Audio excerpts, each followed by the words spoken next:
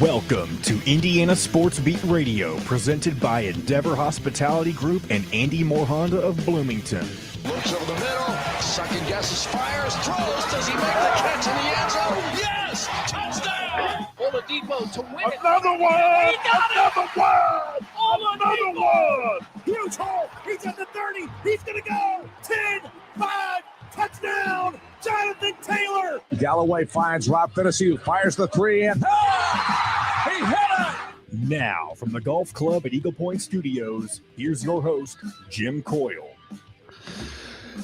Hello, everybody. Well, welcome aboard. It is Monday. Welcome into Indiana Sports Speed Radio. Another big day planned. Don Fischer will be along to join us. Charlie Miller. We've got clips. The high school basketball finals or tournaments underway. The Big Ten women's tournament is completed. The Big Ten men's tournament is about to start. All kinds of stuff to talk about. Yesterday, Indiana's women's team made the championship game of the Big Ten tournament championship, unfortunately falling to Iowa in a game that was a fun one to watch. But ultimately, Iowa gets that win, and I think Indiana will be fine in the NCAA tournament. So good luck to them. The men's bracket is out. We'll talk about that. Indiana does not play until Thursday, but it is an early game, the 11:30 game. First up are the first four teams in the Big Ten that they will be playing on Wednesday: Nebraska, Northwestern. That game's at 6 o'clock at night, and Minnesota, Penn State play after them that evening. So there you go. It's tournament time, baby. IHSA boys basketball tournament underway. Big Carmel takes a loss in the sectional. There were some sectional upsets. There are some teams with losing records that won the sectionals. It's just craziness, but that's what it's about, man. That's what it's about. Got a lot of people already up on the Andy Moore Honda hotline. Hello, and how are you doing? Welcome aboard, Forrest, Mike, Tony, all the guys that are up there banging out comments. You can do so too. Thanks a lot for, I think it looks like we just hit 2,000 subscribers already on YouTube. That's amazing in our just a little over our first year. So thank you so much for that. Keep it up. Looking forward to continuing to bringing you everything that we do each and every day. Johnny boy, how was your weekend? You know, it was great. I spent a lot of time outside. We had 70 degrees down here in Mount Washington. Yeah, it was nice, but it rained and got cold yesterday. Yesterday was a rainy, cold, rainy day. But it is what it is. Who cares? We're getting to spring. Almost. We're getting to spring. What else was going on over the weekend that you did to have fun? The NASCAR was underway as well. They've been having some great finishes. Another overtime finish for them. So everything is fun to watch. Try to get everything in, trying to think of everything that happened over the weekend. Yes, it was 86 and sunny for Forrest down there in Georgia. I'm sure it was. Nebraska upset Wisconsin, at home for their senior night, for Brad Davidson's umpteenth senior night. Yeah, that's amazing. Nebraska how about the role Nebraska has gotten on here at the end of the season? They beat Ohio State on the road. Unfortunately, they're doing exactly what you want to do if you're the worst team in the Big Ten. You get to play spoiler and ruin everybody else's seeding and they get to play Northwestern first, which that should not be a challenge for them the way they've been playing. Then they have to play an Iowa team that I don't know how that will work out style-wise. Iowa likes to get up and down the floor. If they beat Nebraska, Iowa, They didn't even get Rutgers. They're a beatable team. How in the I think world? it's safe Rutgers, to say that every team at this point in the Big Ten is beatable on certain occasions. Obviously, the likelihood of each game is not. How the in same, the hell did Rutgers get a double bye over Ohio State? Ohio State lost their last game. I can't think of who they just lost to, but they lost their last game. Might have been to Michigan. They lose to Michigan. I know Michigan State just lost as well. No. Michigan State beat Purdue, right? Yeah, that was last week, I believe. Just all kinds of stuff going on. That's the fun of it. And you definitely need a damn scorecard to keep up with it. Yeah, Michigan won at Ohio State yesterday. Yeah. Michigan did? Yes, Michigan did. Oh, yeah. I was watching part of that game. That's a big win for Michigan as they continue to climb to try to get into the NCAA tournament with all that they've gone through at the end of the season. That's another reason why this Indiana-Michigan game, again, is coming down to a play-in game of sorts for both teams, I think. Michigan is fighting to get in the – I don't know where they are on Joe Lunardi's list right now, but he still has Indiana in. John, do you have that? Where is the bracketology? I'm pulling that up right now. I'm wondering where Michigan is. He's actually, as of last night, he's got Indiana as his first team out. Oh, okay. Where's Michigan? Let's see what we got here. Michigan he has them as the last 4 buys, so he has them in right now. See, that's why it's a play-in game to me. Another play. Indiana gets yet another play-in game. They beat Michigan. I think they swapped spots with Michigan. I really do. And now he's got Rutgers in his last 4 in. What if Rutgers chokes in their Big Ten tournament game? Who will they be playing whenever they await their opponent? Well, see, it's the fact that they got a double bye amazes me. Holy cow. But they will play Iowa, winner of the Iowa, Nebraska, Northwestern, whoever that winner plays Iowa. And then whoever wins that game plays Rutgers. Rutgers with the double bye. Man, you talk about catapulted into the tournament. They're in. There's no way you get a double bye in the Big Ten tournament and not make it in the NCAA. Yeah. Well, see, the issue, though, is that Rutgers had such a bad non-conference. That's what's weighing them down. They had a great conference resume, but they're not. They lost to teams like Lafayette. There's one other bad loss they have that's not off the top of my head, but they had a couple bad losses in non-conference play that's weighing them down from being more solidified in the tournament. It's always fun to see how things go at the end of the season. Sean asks, has the Big Ten helped itself when they moved to 20 conference games? Those teams are murdering each other. Yeah, but I don't know that really matters. That's the same thing that's always been said. I mean, the whole time I'm growing up, you hear, a Big Ten teams just beat up on each other. Well, every conference can really say that. But like the Big Ten said that last year, and then they go to the NCAA tournament and they don't win they win one game. Everyone was out in the first round. It was embarrassing. So we'll see. Robert Carter jumping on the truth. Larry, how are you, sir?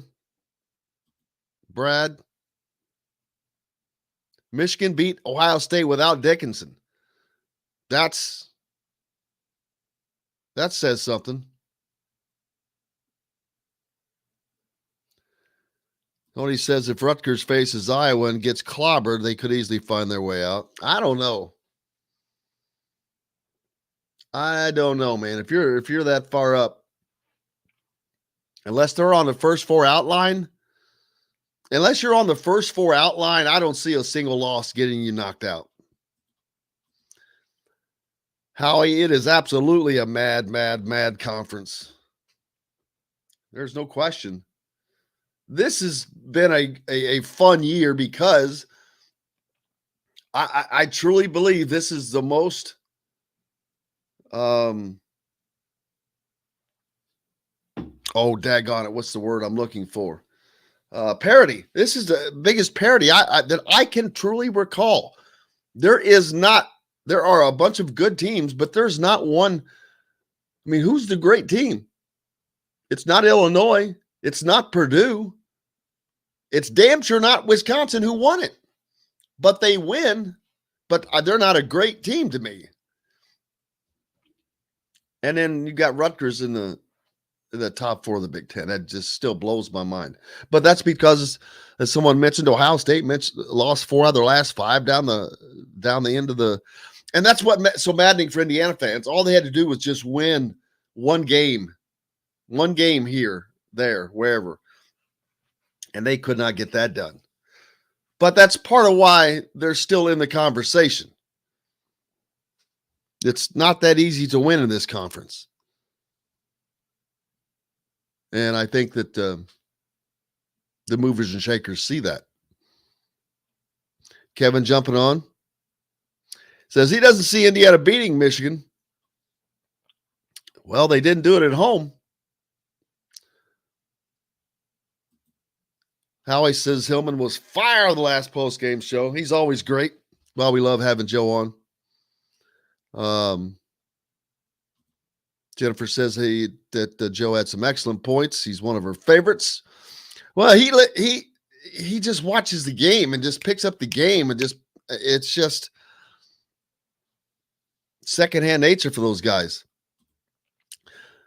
Tim asks, can this team come together and play back to beat Michigan and Illinois? Well, that's no, absolutely. I don't see them beating those teams back to back. No. But I will say this. They gave Purdue a lot better game than I expected. I didn't think they'd have a chance in that game. But Purdue has really fallen off you want to talk about somebody who's fallen off the ledge. It's Purdue. Sean says this Indiana basketball team with a 15-point lead with 5 minutes left in the game on a scale of 1, no conference, 10, sure thing. What is your conference level that they win that game? It depends on who we're talking about.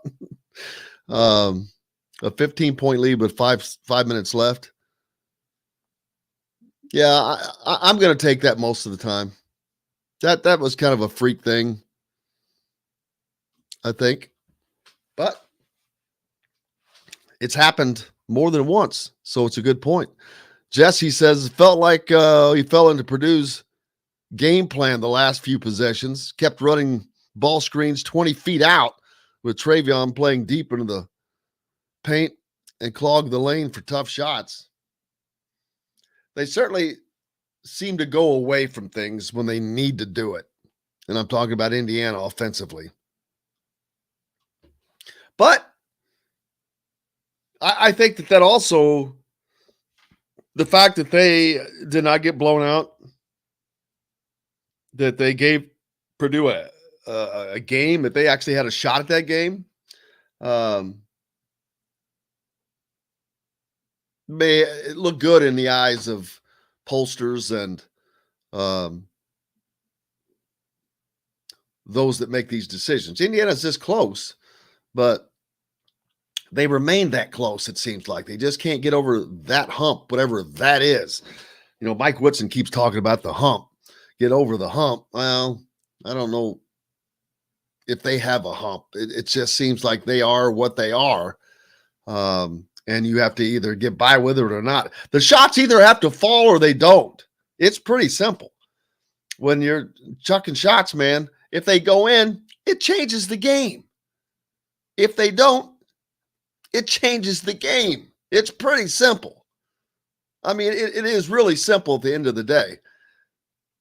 Not hitting shots.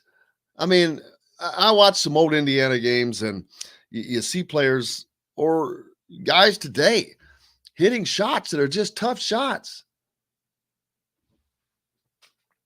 That doesn't happen on this team. They don't hit the tough shots. Hell, they don't hit half the normal shots. That's a problem. You have to have guys that can just do that. They don't. But they're fighting through all that. You have to acknowledge they don't have that. They don't have that talent out there. It doesn't matter what people think. Well, why isn't this person playing? Why isn't that person playing? Are you in practice? I'm not. There's obviously a reason. But we'll see. Don Fischer joins us today. We'll hear what he's got to say about the Purdue loss. And actually, I probably should. Let's see how much time we have left in this. None. We can break. Yep. I was going to say, well, let's take a break. The Fish is coming up next. Back with more from Indiana Sports Beat Radio, brought to you by My Wow Club. Make sure you go to My Wow Club Network and get your Wow card. Savings, build up some points for you. It costs you nothing. We're back with that. Don Fischer right after this. We'll be right back to the Golf Club at Eagle Point Studios for more Indiana Sports Beat Radio with Jim Coyle, presented by Endeavor Hospitality Group and Andy Moore Honda of Bloomington. Whether you're visiting Good morning, Mr. Don. What's happening, Jim? Well, I make you jealous. I did play 7 holes of golf last week on one day. Well, you are making me jealous. There's no question. I thought of you that day. I'm like, oh, Don would be jealous. I'm playing 7 holes today. Wouldn't matter if you were playing 1. It would be better than the fact that I played none thus far since last October. So I felt it in my back. Trust me, just 7 holes. I'm like, wow, not in golf shape yet. Well, it takes a little while. It does take a little while, and my back is always a problem. So I go to a chiropractor on a weekly basis, and even when I'm not playing golf, it's a problem. But I still play, so that's the key. Oh, how else was your weekend other than that? Well, surprising. I mean, it was a good weekend. My wife was gone. She was in Florida with a friend, and they were down there lounging for 3 days. And so I was on my own, which I don't mind, but at the same time, I have to find somebody to cook for me. And obviously I didn't. So I had to eat out. The only thing I could make is I can make eggs and sausage and toast. So that was my primary meal for 2 of the 3 days. I went to Applebee's for the other one. I make breakfast about every day. Well, I can make that's about the only meal I can make, and I can I actually eat breakfast for lunch most of the time because I do too. I kick a bowl of cereal with a banana on it or something like that. That's my first meal of the day. It's usually at noon. But I make my own eggs and sausage and that kind of stuff on Sundays every Sunday morning anyway. So I know how to do that. But other than that, other than a hamburger that I could patty out, I could probably make that. But other than that, that's it. That's about it. It gets you by. It'll get you by. Oh, absolutely. I'm a hamburger guy anyway. I love hamburgers. Me too. I think Southern Stone knows that I like them too. Charlie, you disguising yourself as Rob Finney this morning? Yeah. Oh, I'm channeling Rob. He's channeling. Are you channeling? I'm telling Rob. That's my guy, man. I'm wishing him well because I feel he's going to have to well if we have a chance to beat Michigan. I think he's a difference maker. I mean, you're a senior. You've been around, so I'm pulling for him. Yeah, we're all pulling for him. I think we're all pulling for this entire basketball team to have an incredible run here in the tournament. If they're going to make the NCAA field, I think they got to win at least 2 and maybe 3. Right. All right, here we go. Coming back. You can also find full episodes of Indiana Sports Beat Radio on the homepage or on the station every week, Monday through Friday. If we're not on a station where you live, we should be. Ask for Indiana Sports Beat Radio. This segment is brought to you by Southern Stone Restaurant. Now back to the Golf Club at Eagle Point Studios for more Indiana Sports Beat Radio with Jim Coyle, presented by Endeavor Hospitality Group and Andy Moore Honda of Bloomington. Welcome back. It is Monday here at Indiana Sports Beat Radio, brought to you by the great folks at Southern Stone Restaurant, where tonight you can find our first host, At 7:05 with Mike Woodson, Don Fischer, Inside Indiana Basketball. 7:05 at Southern Stone tonight. Patterson and Rogers in Bloomington. Don, welcome along. Charlie Miller here as well. Both guys, how are you? Good. Charlie's dressed as his spirit animal, Rob Fennessy. That's right. Don, a great effort, Don, off this weekend, this Indiana team. I'll be honest with you. I was surprised. Not only did they give Purdue a game, they were in that game. They had a shot to actually win that game in Mackey Arena, which I would have bet. I would have lost anything that anybody wouldn't have bet me that would have been the outcome of the game. Well, I would have thought that if Indiana was in the game like they were, that they would win it. I thought they played terrific defensively, held Purdue to less than 40% shooting from in the ball game from the field. Unfortunately, they did not stop them from shooting some threes. They had 5 of those from Sasha Stefanovic and Jaden Ivey, although Ivey was held to 10 points. So was Zach Edey. Their 2 top scorers. Each of those guys both got 10 points in the ball game, and Ivey was no factor in regard to scoring the basketball in the second half. He had 4 free throws. That was it. I just thought Indiana's defense in this game was terrific under the circumstances. Here's my rant, guys, here this morning in regard to what happened in this ball game.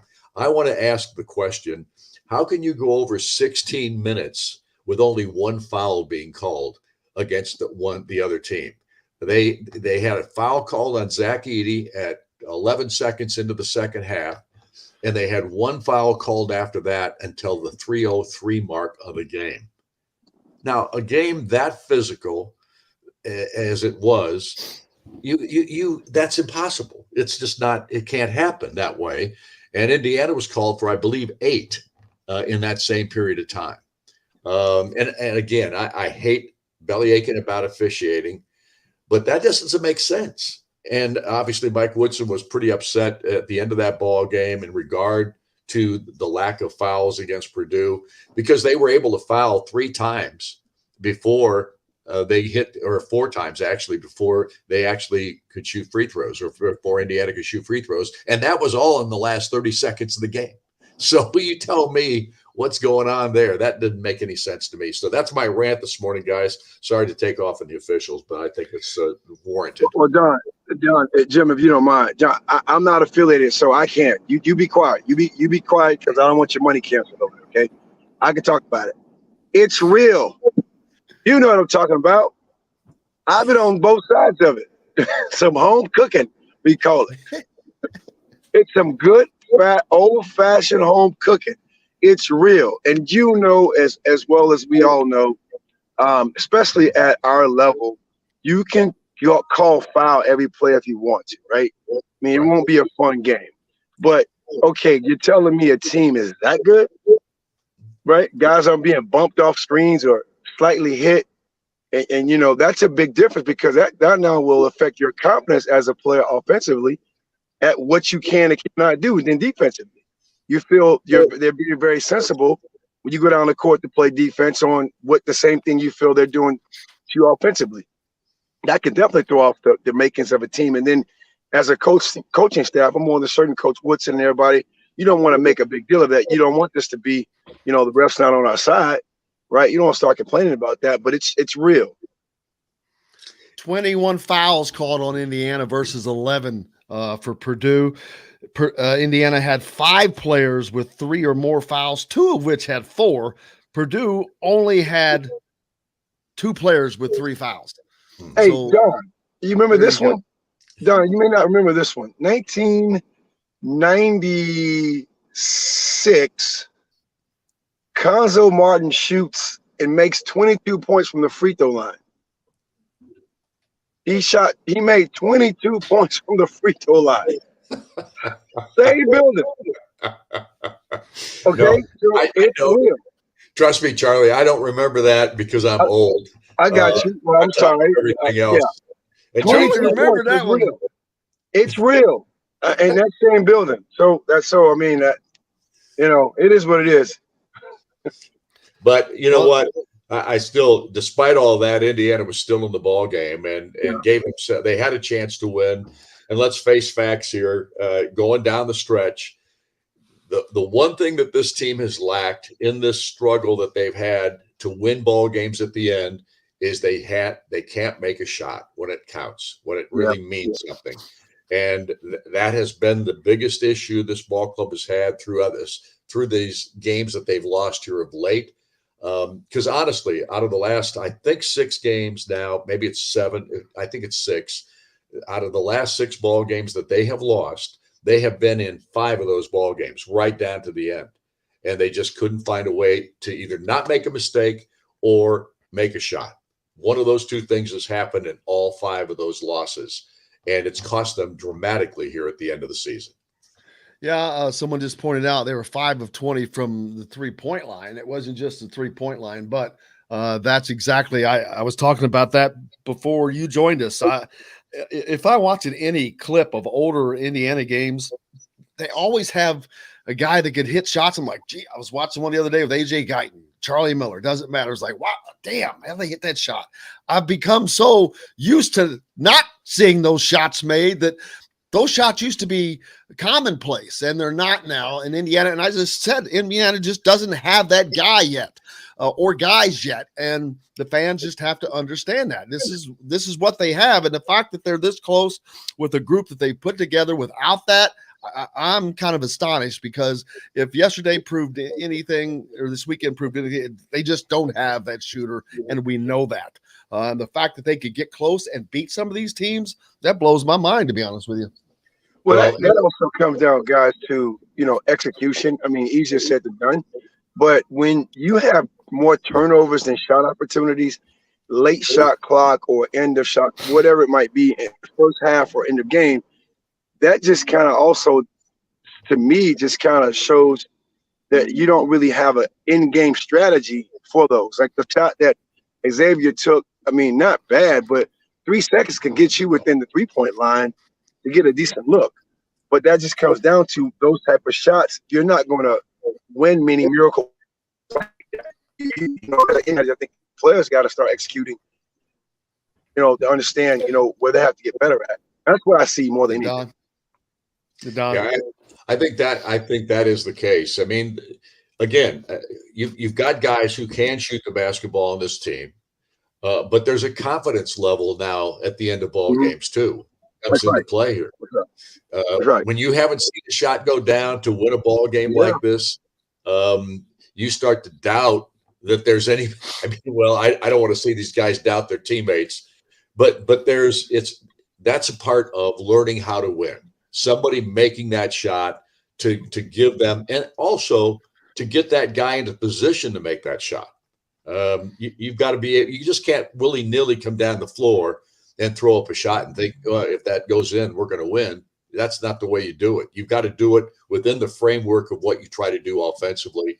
And sometimes it's luck, but that luck can flourish into a lot of confidence and a lot of wins down the stretch. But unfortunately, this team has not been able to do that this year.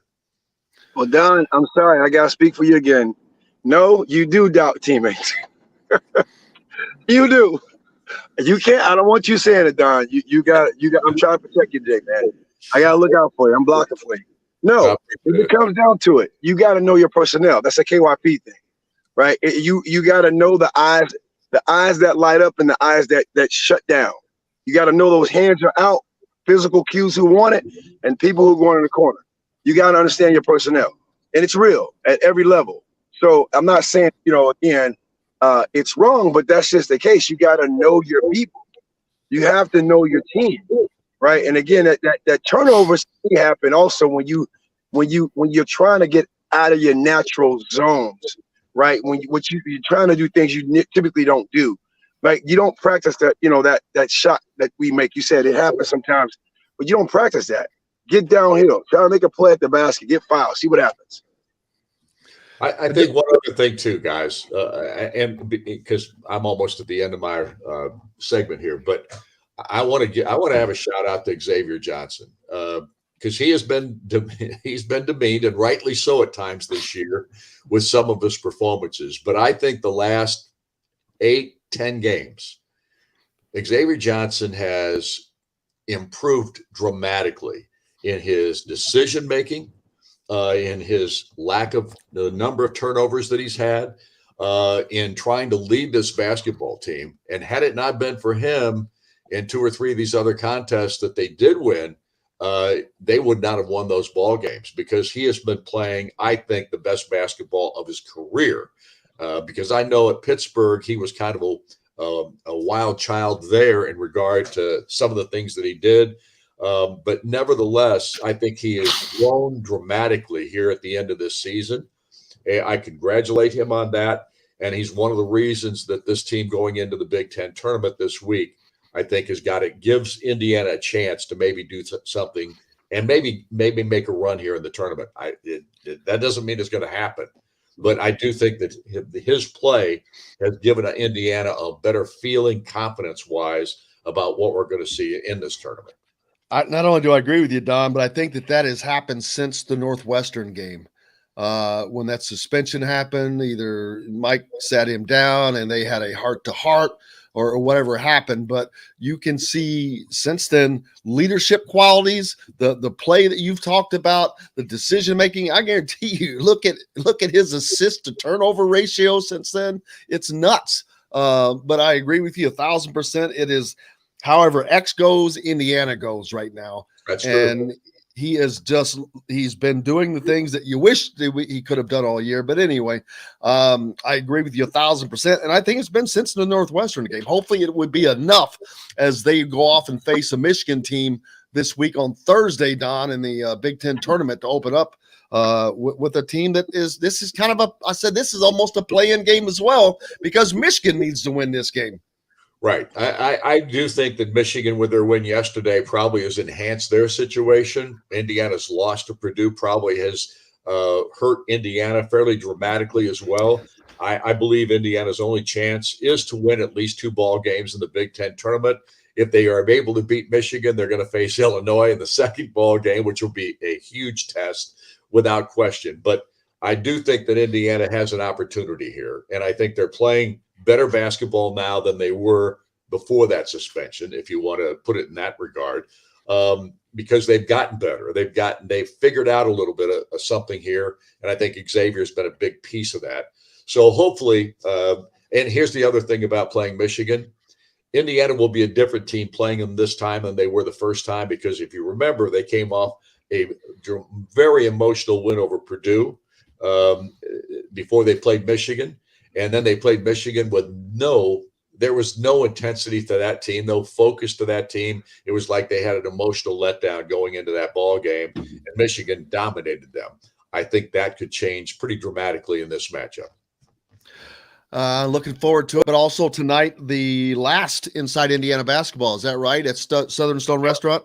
Last one of the season. We look forward to it. It'll be interesting to hear Coach's comments as we wrap up the season, at least from a talk show perspective at Southern Stone. Looking forward to it, Don. I can't thank you enough, as always. Hey, thanks for having me, guys. Appreciate it. Thanks, Charlie. See you guys. Thank you, guys. Thank you. Charlie Miller, how was your weekend, man?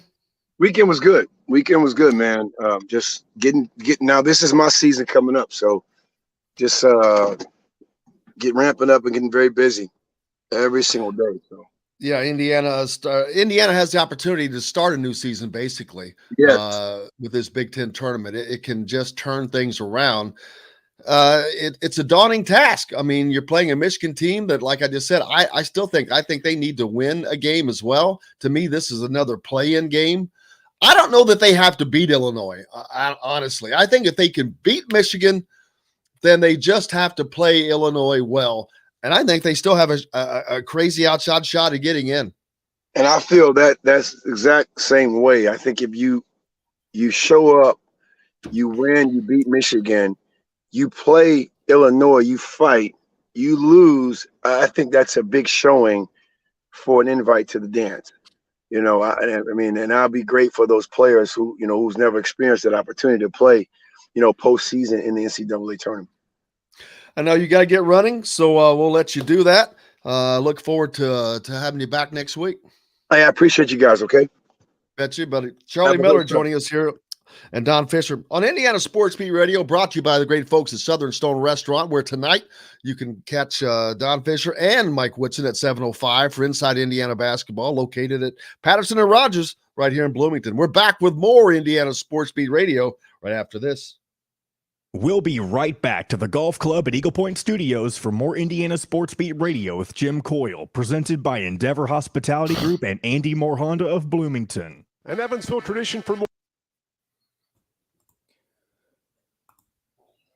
I haven't heard from Dustin, but I checked in with him. We'll see.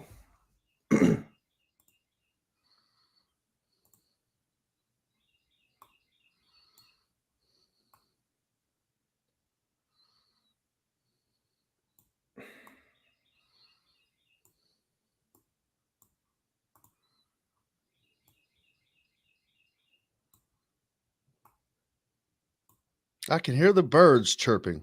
I was about to ask if you can hear that. I think Tom Izzo became the all-time leader in the Big Ten wins, didn't he? Oh, he tied. Oh, Dustin Dopirak is here. Hey, Dustin. I am. Hey, Jim. How are you, sir? Doing good. Doing good. Sorry I missed last week. Oh, that's all right. I meant to apologize for that. Oh, Tom Izzo, Taz Bob Knight. Oh, you mentioned that. You should mention that old Krzyzewski had to take an L on his big farewell night from Cameron Indoor. He took ill? He took an L. They lost North Carolina. Oh, took an L.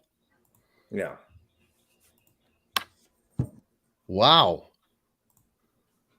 Of all people, too, loses to UNC on his last regular season game. In front of people who paid thousands of dollars to see that last game.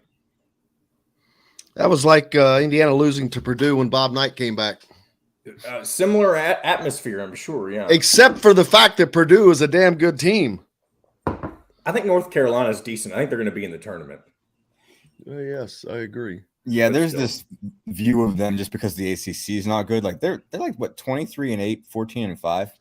Yeah, they're going to be like a top 4 seed, man. Yeah, they're not going to be that high, but like usually though that gets you there. Like they're talking about them like they're on the bubble, and it's like that's how bad the ACC is viewed this year. Isn't Duke I was talking the about only Duke. ranked team? What's that? Yes. In the ACC? Wow. Yes. The AAC has a higher setting than the ACC, I think. The Mountain West is probably going to get 4 teams in, which is wild. I think over there you got Wyoming, you've got San Diego State, and there's 2 more. Colorado State and Boise State. They're all 4, I think, poised to get in. All right, here we go. 0.99% APR financing for well-qualified buyers on all 2017 through 2021 Honda certified pre-owned Accords, Civics, CRVs, HRVs, and Pilots. See dealer for financing deals. Andy Moore Honda, Bloomington's #1 Honda dealer. Get more to your door with AndyMooreHonda.com. Come see us at the all-new Andy Moore Honda, now in Bloomington. This segment is brought to you by Andy Moore Honda of Bloomington. Now back to the Golf Club at Eagle Point Studios for more Indiana Sports Beat Radio with Jim Coyle, presented by Endeavor Hospitality Group and Andy Moore Honda of Bloomington.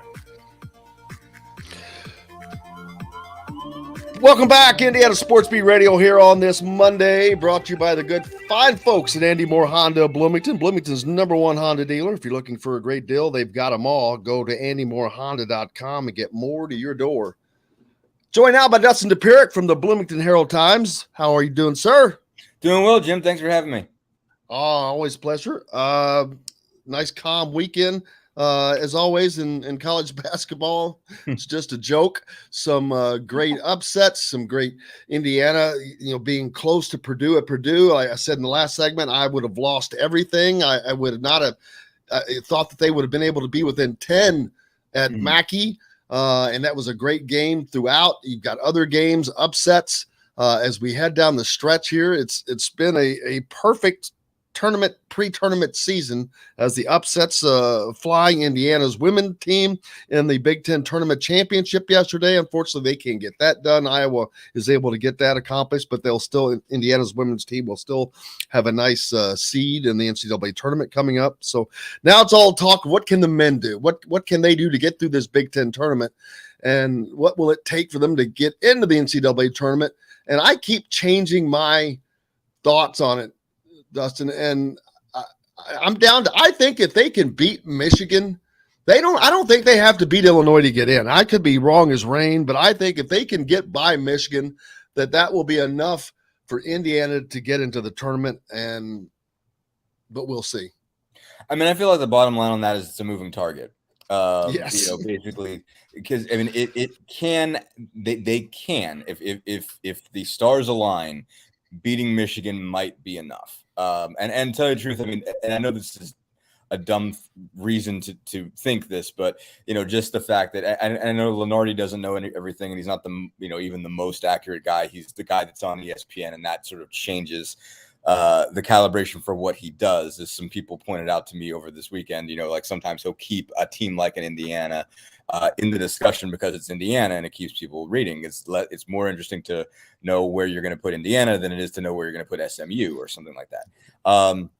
So that might kind of inflate my idea of how good of a chance they would have if they beat a Michigan, but it sounds possible at this point. After they lost to Purdue, my total thought was they need to win 2. That winning 1 isn't going to be enough, and that's going to leave them out. And I don't know that that's right. Now that being said, I still don't know that that's wrong. I mean, it all depends on what happens in other tournaments. Other teams that are on the bubble are going to make a case. I think they came out of it in pretty good shape from, not that these are over, but from the early tournaments, from the smaller conference tournaments, you dodge a couple bullets there. The Valley's only going to get 1. In Loyola, basically, I think that obviously helps the cause with Northern Iowa losing early in that, and those guys not making a push, and Loyola not being a potential at-large bid or anything like that. That helps your cause. Murray State obviously rocking through the OVC and not having a slip up there helps the cause. So those were and BYU I think going down. BYU is obviously another bubble team. Those guys getting beat I think in the quarters by San Francisco. All those things help.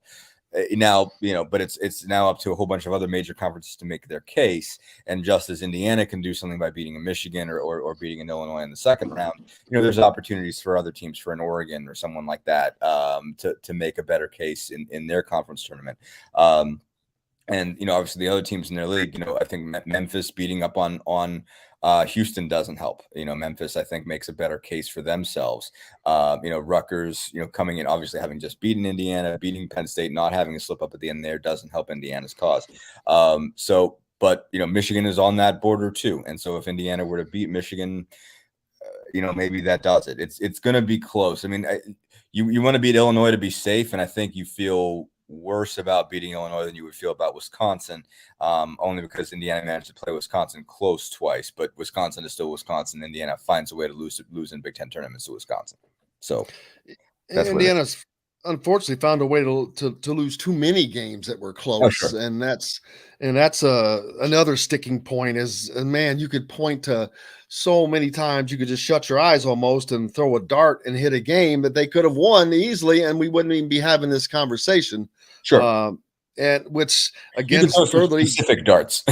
You can throw some very specific darts. Absolutely. Yeah. You could throw some. I did this last week. You can throw some specific darts and put this team in the top 4 of the conference like that. Sure. Which is mind-boggling because they're not a top 4 team, but you could have done it in this season. If they got them all together, and a couple of them is you just don't have any business losing to, Penn State and Northwestern. Obviously, Northwestern was very specific circumstances, and we're never. That's one that we're going to talk about for a long time. As far as that's concerned, I mean, the long term, that is something that's going to, I think, long term determine Mike Woodson's sort of future. I think if there's still a payoff to be had for that, I think is something to be said there, that the discipline matters. It's important. It could matter years from now, and it might be the reason Mike Woodson still has a job, but it might also be the reason Mike Woodson doesn't if they don't win. So that's going to be still a very interesting sort of long-term study into the long-term effect of that move. But yeah, no, I mean, you give them Northwestern and Penn State, just two teams they should beat, then they're safe, probably at this point. But yeah, if you give them, the two Wisconsin games, if you give them, if you give them Purdue, if you give them Ohio State on the road, we're having a much different conversation about this team. How much though have they improved since that Northwestern game? I mean, Xavier, I was just talking with Don Fischer in the previous segment, and he wanted to really talk about his last 8 games. I'm like, it's all, everything is almost since that Northwestern game. Xavier has really gotten his focus into where it needs to be as a point guard and as a de facto leader. Not that it should have been his responsibility to be a leader on a team he transfers into. You shouldn't have to have that. That Trace Jackson Davis should have been stepping up and being the leader, but no one was. But for as good as I can see, X is trying to do that now at the back end of this season, but it's all post Northwestern to me. Everything is post Northwestern. They've come together a little bit. They played a lot better, not enough, but it's been better. Yeah. I mean, X in particular, I think had to hit a valley and then come back up. I mean, that was Northwestern was kind of the beginning because he'd been playing well. He had a not great game against Illinois.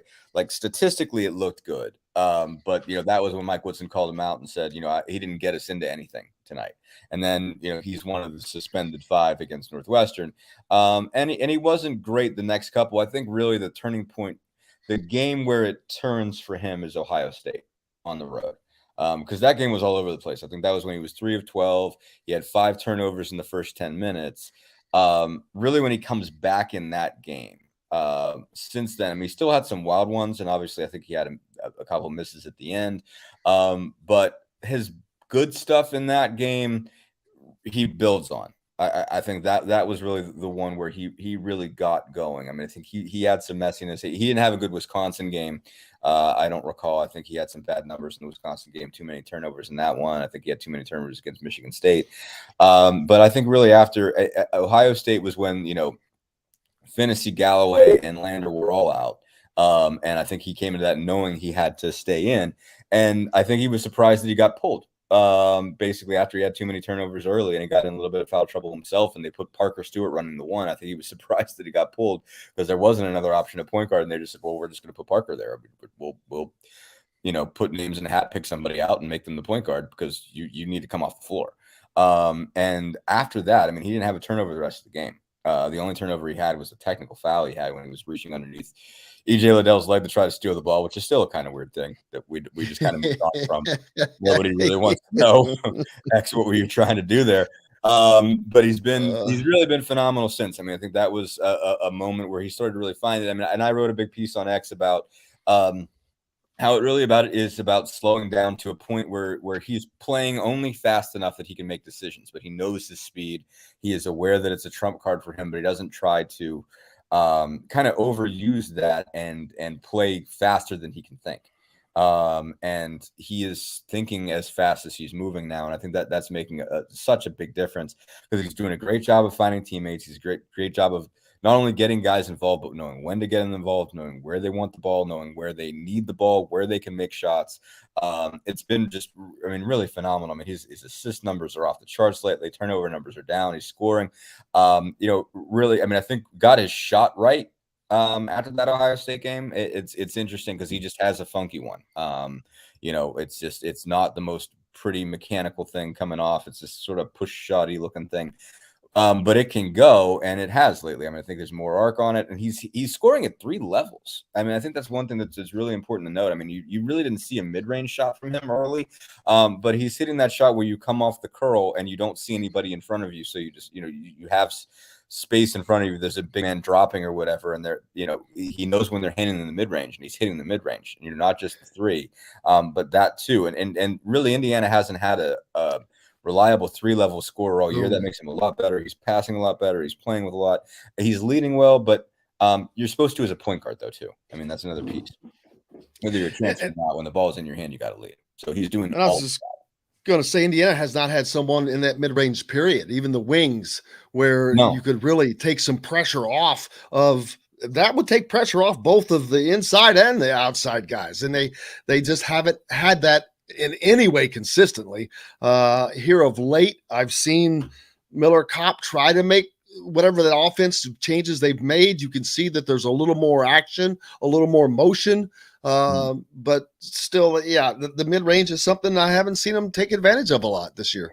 Yeah, no, I mean, there's the mid-range is obviously just a fascinating discussion within basketball at the moment anyway, because it's, the analytical idea is that that a long two is a bad shot. It's an inefficient shot, but for specific reasons, it's useful. At various periods, it's particularly useful for a point guard coming off a ball screen. I mean, it is a particularly useful play because you see Chris Paul run that all the time. In Phoenix, I mean, that's just such a big part of his game. When it's just making that pick and roll more dangerous, having another option off of that, and X being able to do that is a big deal. But it's also just the general ability to create your own shot. I mean, I don't know where the numbers are at now, but Miller Kopp and Parker Stewart, like their threes, they're almost like they're like 90% assisted.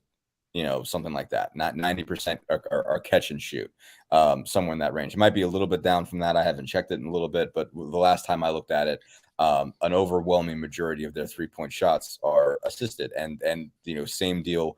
They have a couple of 2-pointers where they've come off and sort of attacked a closeout and got a couple feet in and knocked one down, but they don't run a whole lot of ball screens for those guys.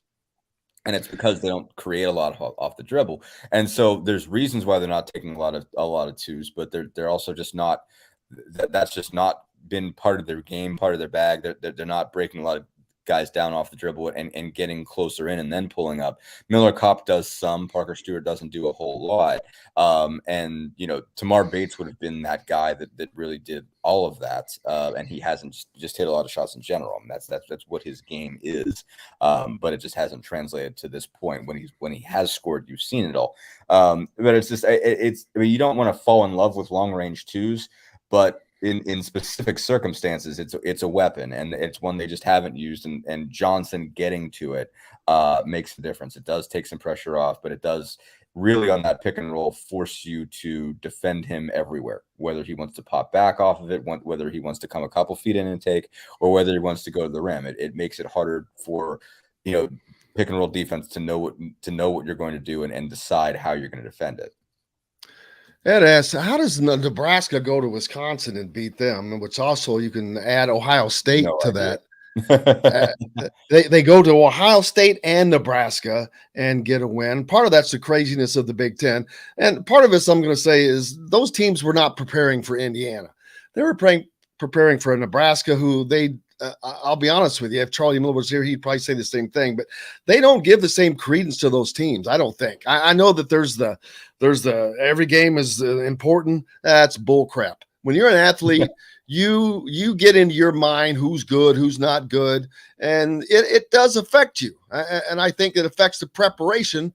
And I think that they seen some of the players sometimes see Nebraska as Nebraska, and it bit them in the butt because they were getting better at the end of the year, good enough that they could go on the road and beat Ohio State and Wisconsin, two of the top teams in the league, on the road. So it's a great question, but I don't have an answer.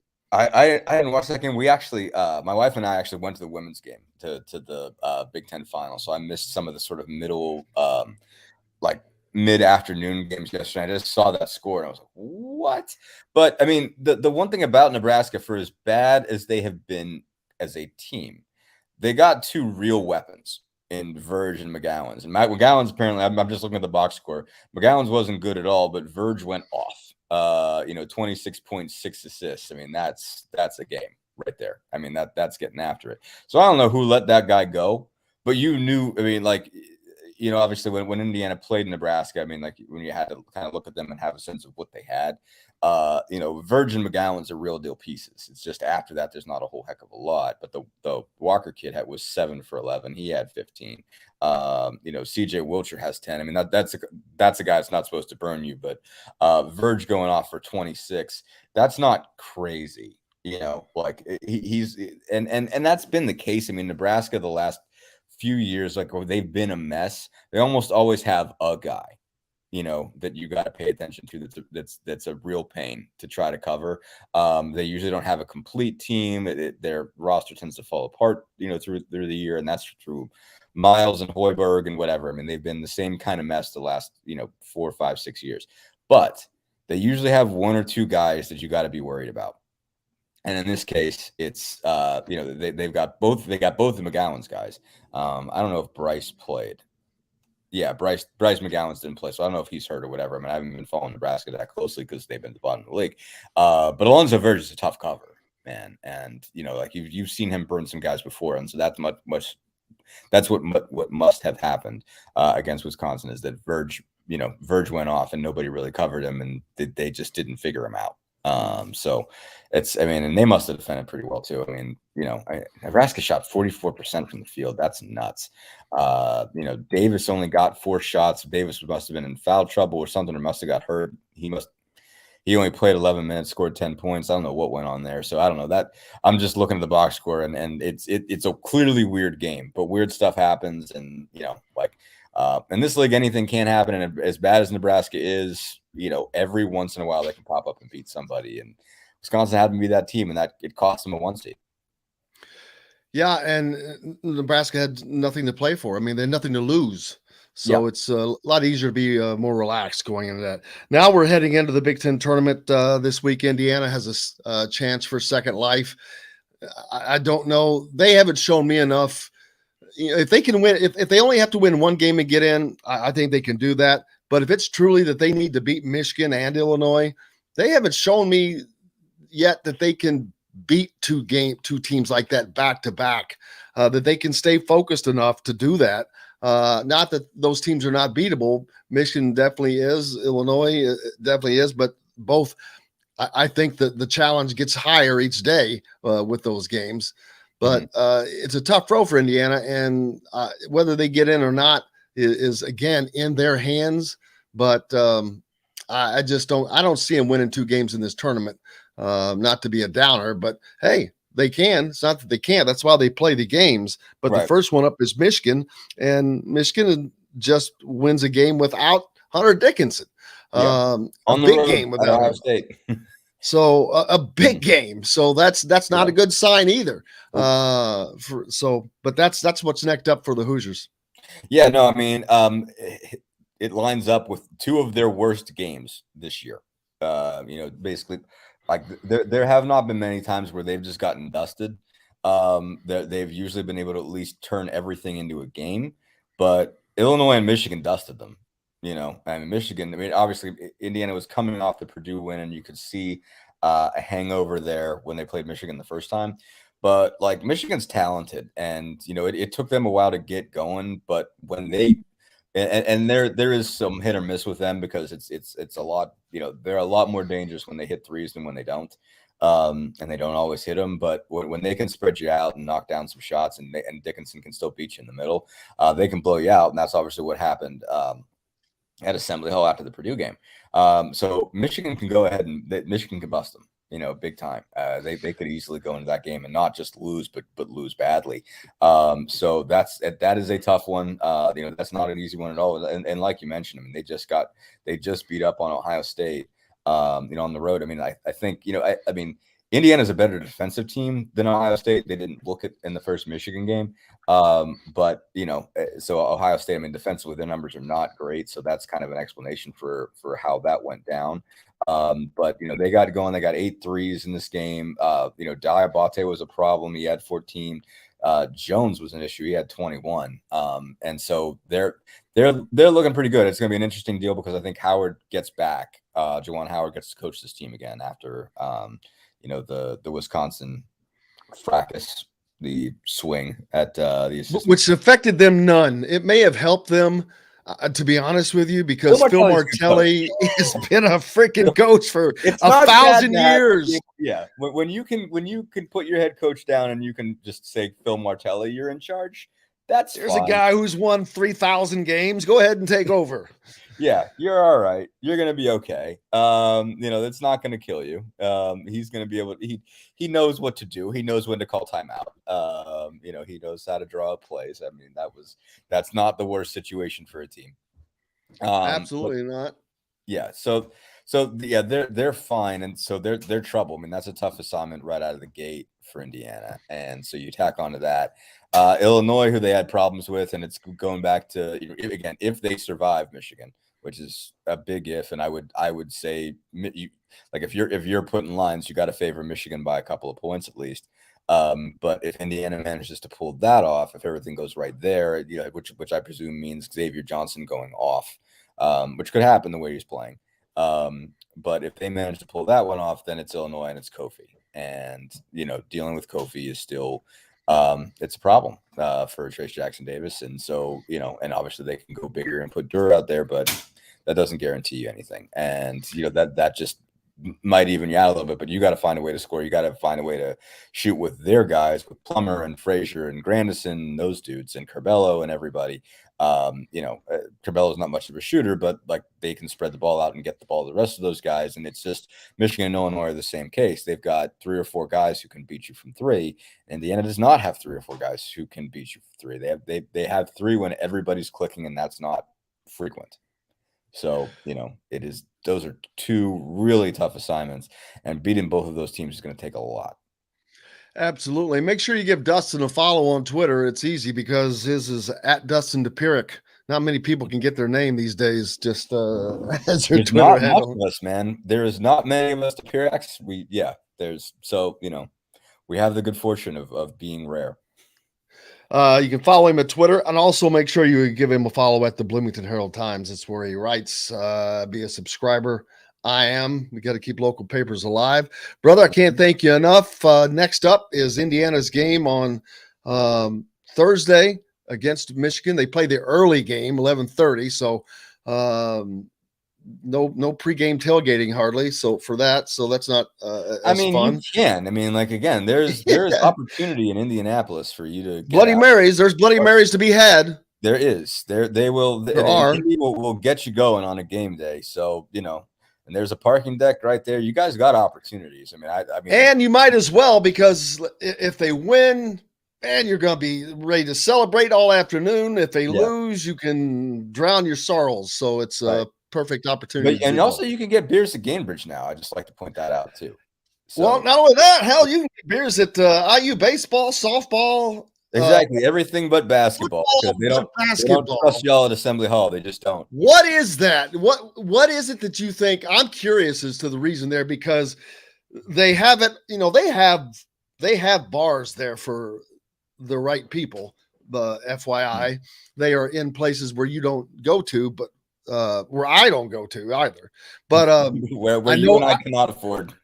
I know where they exist. I've seen them, but.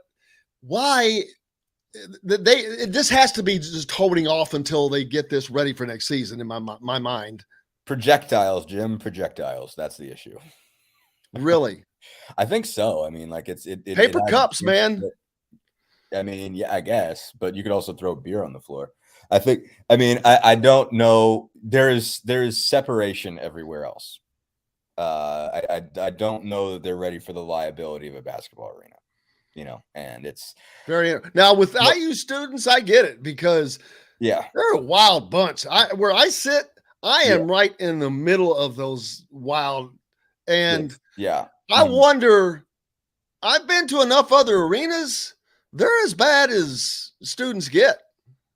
Yeah, I don't know. I'm not saying they're the worst. I'm not saying they're the worst, but they're up there. I have a tough time judging college kids, and we got a little bit of heck for the esteemed Bob Hamill came down and brought down the word of God, I guess, and said he's not too happy with the way the kids have been talking this year. There was one particular chant that I thought was wrong. I bet I can guess. And I bet I can guess. Yeah, I bet I can guess. Did it have to do with an ex-boyfriend kind of a thing? It wasn't right. And it's not a phrase you should ever use. But I will give him this. That was pretty damn funny and pretty creative. I have to say that. I don't know what to say. It wasn't right. It wasn't right. And it was, I mean, people noticed. People noticed that one. They got written up in the New York Post. But damn it. I hate that because yeah, I love creativity. I'm like, that's creative. Also, you don't, know, like, frankly, it is. I get it. I get it. Deserve to get laid again. I'm just going to be real about that. There's no way as a student, if someone says that to me and I'm a student, there's no way that does. I don't care who. I don't care which of us is in this is a student at that time. If one person comes up with that, that's coming out. That's just too funny. It's just there's no way any 18, 19, 20-year-old kid is not going to not say that. Yeah, no way. I get it. Do not have the motor that tells them no, that's not exactly. I promise you I did. But there's other things that I'm like that bother me. I'm like going, dude, y'all are a little rough, man. I'm like, damn. And I hate to say that, but I think part of that though is the frustration of all these years of being great, and now this student body has never seen a freaking NCAA tournament. That's horrific to say. No, I mean, they would have been, if you're a freshman, you were 9. No, you were what? 12, I guess, for the last one. You were 9 for 2013. Sheesh. Craze. Wow. Buddy, we'll see you on Thursday. Yeah, we will. Yes. See you down in Indy. Absolutely. Have a good day, a week. Until then, make sure you give Dustin a follow and make sure you read him in the Bloomington Herald Times. Can't appreciate it. Tell you how much appreciate you. Dustin Dopirak with us here on Indiana Sports Beat Radio. We got plenty more coming up, and we'll get to it when we come back. Brought to you by our great friends at Andy Moore Honda Bloomington. Bloomington's #1 Honda dealer, #1 for a reason. They have the greatest deals. Get more to your door with AndyMooreHonda.com. We're back right after this. We'll be right back to the Golf Club at Eagle Point Studios for more Indiana Sports Beat Radio with Jim Coyle, presented by Endeavor Hospitality Group and Andy Moore Honda of Bloomington. Andy Moore Honda. Holy smokes. That was a great segment, though. Yep, and we'll just do a short one here before Reamer comes on. I'll do a clip. How much? Oh, well. You got 3 clips. You can run one. You don't have to do all at the same time. Also, we can tell Reamer that he's just going to be a little bit later, because if he's on for 2 segments, that would be perfect to actually bleed that in to this next segment. You know what I'm saying? You're just saying do these and then go to break?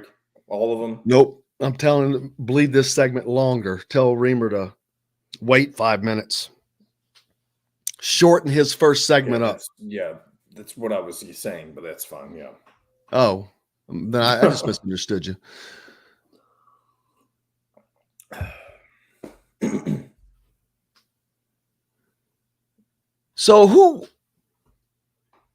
All right. So Illinois won the Big Ten, right? They shared it with Wisconsin. Okay. But they get the 1 seed because I guess of head-to-head or something. Yeah. And it's all because Wisconsin lost to Nebraska.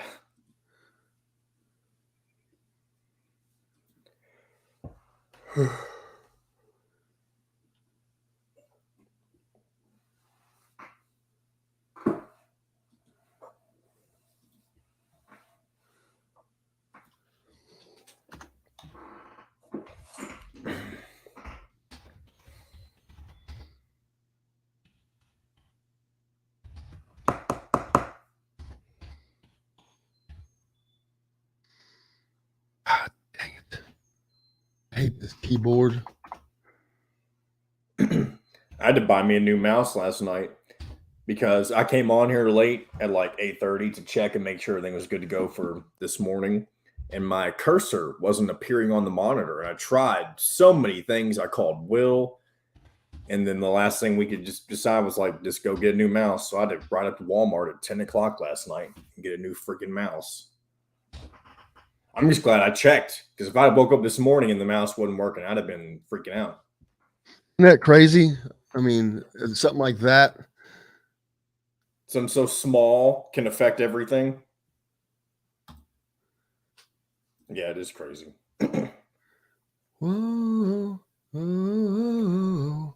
All right, I'm going to go ahead and bring us back from break. If you're looking for a home in the Indianapolis area, you need Cheryl Sizemore from Remax Advanced Realty. Cheryl Sizemore has over 2 decades of experience, and that could be the difference in you getting the home you want in today's tough housing market. Reach out to Cheryl Sizemore from Remax Advanced Realty at cheryl@indyhomepros.com or 317-298-0961. Cheryl Sizemore from Remax Advanced Realty. Let Cheryl Sizemore get you in the home you want today. Cheryl@indyhomepros.com. This segment is brought to you by Remax Advanced Realty, Indy Home Pros team by Cheryl Sizemore. Now back to the Golf Club at Eagle Point Studios for more Indiana Sports Beat Radio with Jim Coyle, presented by Endeavor Hospitality Group and Andy Moore Honda of Bloomington. Welcome back, Indiana Sports Beat Radio here on this Monday. Hope your week's getting off to a good start. We've tried to do that. I already talked to Don Fischer, Charlie Miller, Dustin Dopirak. Man, we're hitting it all on these days. Mike Woodson, we talked about, well, with Don Fischer, we talked about Xavier. And basically, however, Indiana goes how Xavier Johnson goes. Let's just be honest with it. And before the season, everyone thought that that was going to be Trace Jackson Davis. Just hasn't been the case. He has not stepped up. Some games he does. He has great games. Other games, and to be specific, how about this Purdue game? Second half, Trace Jackson Davis stepped up. He was first half. You know how many shots he had in the first half of that game? 2. He had 2 points in 17 minutes. He took 2 shots. He hit one of them and had 2 points and had 2 rebounds in 17 minutes. Where was he? Race Thompson was busy. He was 4 of 6, had 5 rebounds. He was doing a lot of work. Even 1 of 2 from the 3-point line, had 9 first half points. This is his first half. No Trace Jackson Davis. Second half, Race Thompson disappears. He's 0 of 2, only takes 2 shots. 2 of them from 3-point, which I don't understand. He ended up taking 4 for the game, I think. That math doesn't add up either. Oh, that's right. He took 2 in the first half. 1 of 4. Why is Race Thompson taking 4 3-point shots at Purdue? That doesn't make sense. Anyway, Trace Jackson Davis comes alive in the second half. He's 6 of 10, but only gets to the free throw line 1 time as completed a 3-point play. You got to be kidding me. A big man taking 10 shots only gets fouled once. That's to the point that Don Fisher. I don't talk about officiating. You never hear me. I don't tweet about it. I don't talk about it. But the numbers do the talking there. Trace Jackson Davis took 10 interior shots, was fouled once. Come on. Miller Kopp even had a good second half.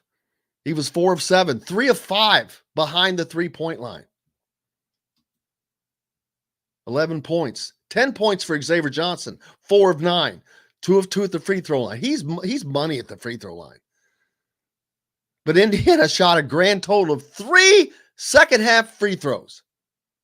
Now that's BS. Come on. What did Purdue shot? 7? These officials were just lazy. First half, Indiana shot 7 free throws, of which they were perfect. And Purdue only got 6. So they just weren't calling. They were just lazy. I think they were just lazy. And they let the crowd sway them a little bit. That's one of the only times you're ever going to hear me talk about that. But Xavier, again, leading scorer for the team, 18 points. He just couldn't get it going from 3-point, although Miller Kopp did. 4 of 6, one of his best games because of what it meant. Parker Stewart,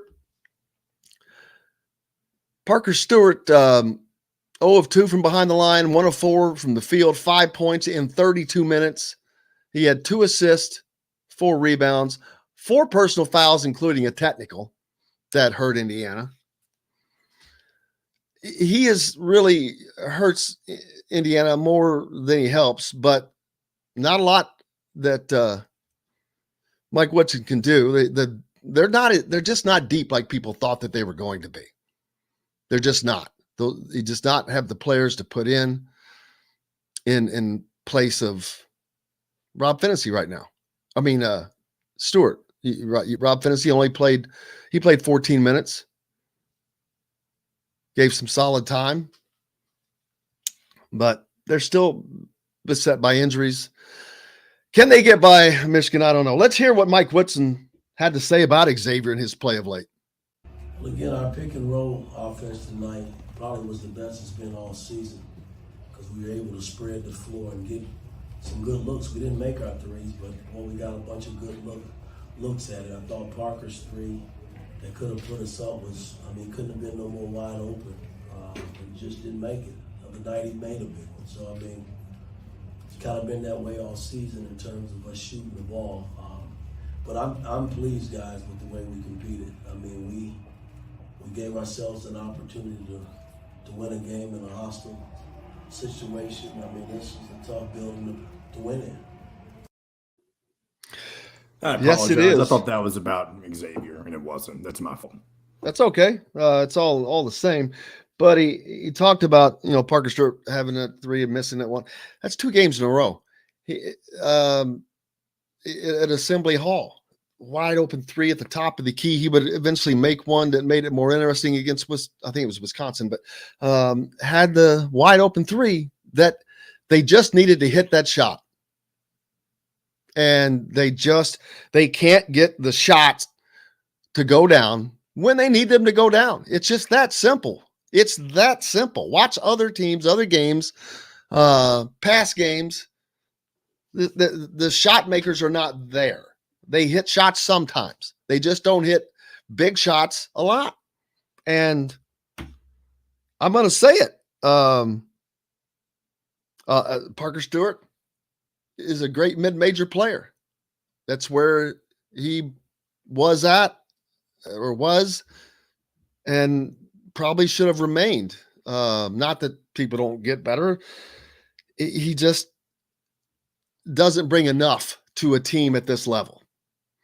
If you want to be on a Big Ten team that's playing at a Big Ten level, competing for Big Ten titles and nationally, you just have to have better players. It's just that simple. Indiana's getting them. They're on their way.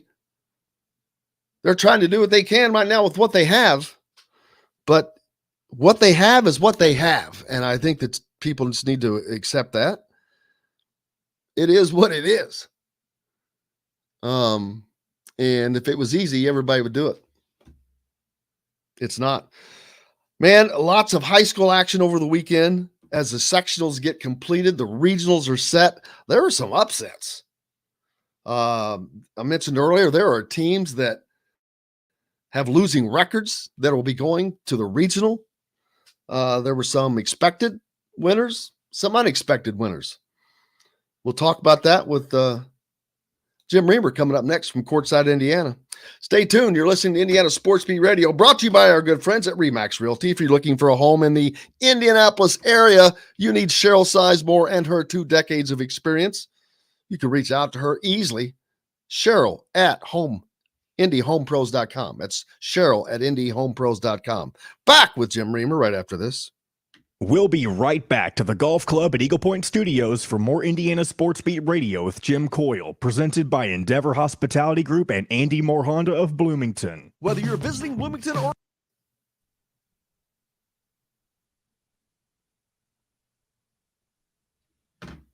Hello, Jim.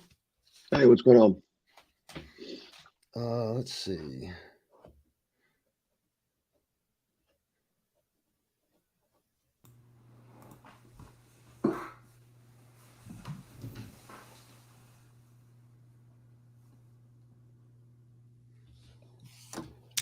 How fitting was that? Mike Krzyzewski loses his last home game to North Carolina. Thumped.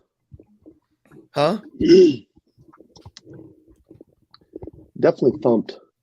Hey, Jim, you're not coming through your microphone.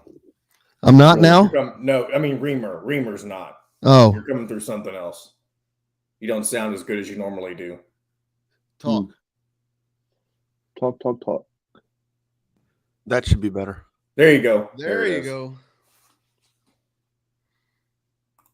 That changed the world. Yeah, that's what happens when you overhype all that stuff. With the Krzyzewski and whatever. I mean, I teased that score up. I had North Carolina plus 10. It was looking really. That was looking good. 10 minutes in.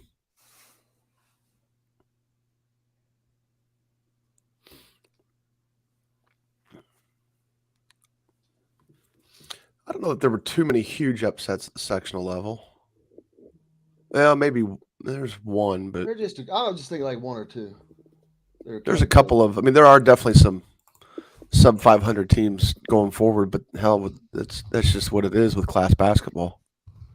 Hello. Good, ma'am. I'm in the middle of the show. Can I call you back afterwards? All right, thank you. Trying to sell you a home warranty? No, it's people with Maurice Creek. Oh. Mighty Mo Creek. Oh, he's back. He's here. Oh, good. Okay, good. He's wanting to come in, and I'm trying to make that happen.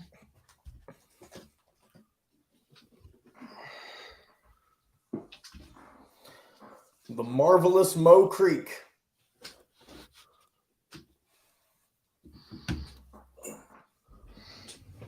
But if Indiana will host if they end up in the NIT.